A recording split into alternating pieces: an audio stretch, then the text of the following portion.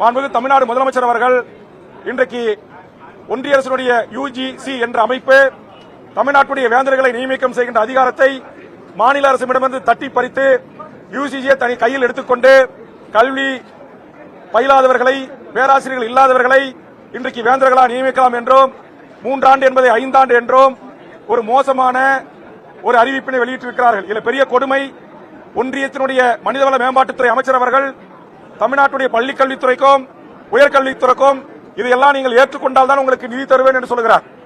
₹1 29 பைசாவை மாநிலங்களுக்கு பிச்சை போடுகின்ற ஒன்றிய அரசு, லட்சக்கணக்கான கோடியை எங்களுடைய வரி வருவாய் மூலமாக, ஜிஎஸ்டி மூலமாக கொள்ளையடிக்கிற ஒன்றிய அரசு, ஒரு பாசிச பாரதிய ஜனதா சங் பரிவார கொள்கைகளை உள்வாங்கிய ஆளுநர்களை தமிழ்நாட்டில் நியமிக்கிற கொடுமைகள் தொடர்ந்து அரங்கேறும்.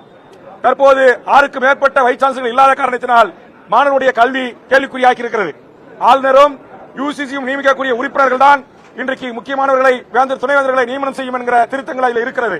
இது தமிழ்நாட்டு மாணவர்களின் கல்வியை பாதிக்கும். அதனால் இன்றைக்கு இந்து பத்திரிகை, நேற்றைய தினம் இந்து தமிழ் பத்திரிகையில் வந்த தலையங்கம், அதுபோன்று சுரேஷ் என்கிற கல்வியாளருடைய கட்டுரையும் குறிப்பிட்டு பள்ளிக்கல்விக்கு மேடைக்கான கல்வியாளர் பிரின்ஸ் கஜேந்திர பாபு அவர்கள் அறிவித்த இதுபோன்று கல்வி ஒன்றிய மாநில அரசுகள் சேர்ந்து முடிவெடுக்க வேண்டியதை தந்தோன்றித்தனமாக தானா எடுக்கிற சர்வதேச போக்கை தமிழக வாழ்வுரிமை கட்சி கண்டிக்கிறது.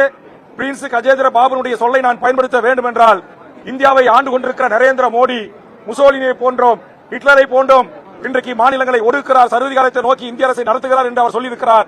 அது பத்திரிகை ஊடகங்களிலே இன்றைக்கு பதிவாகி இருக்கிறது.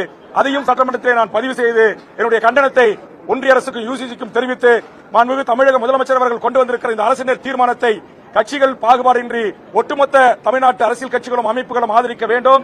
மாநில அரசின் உரிமைகளை காலில் போட்டு மிதிக்கிற இந்த சர்வதிகார போக்குக்கு ஒரு முடிவு கட்ட வேண்டும்.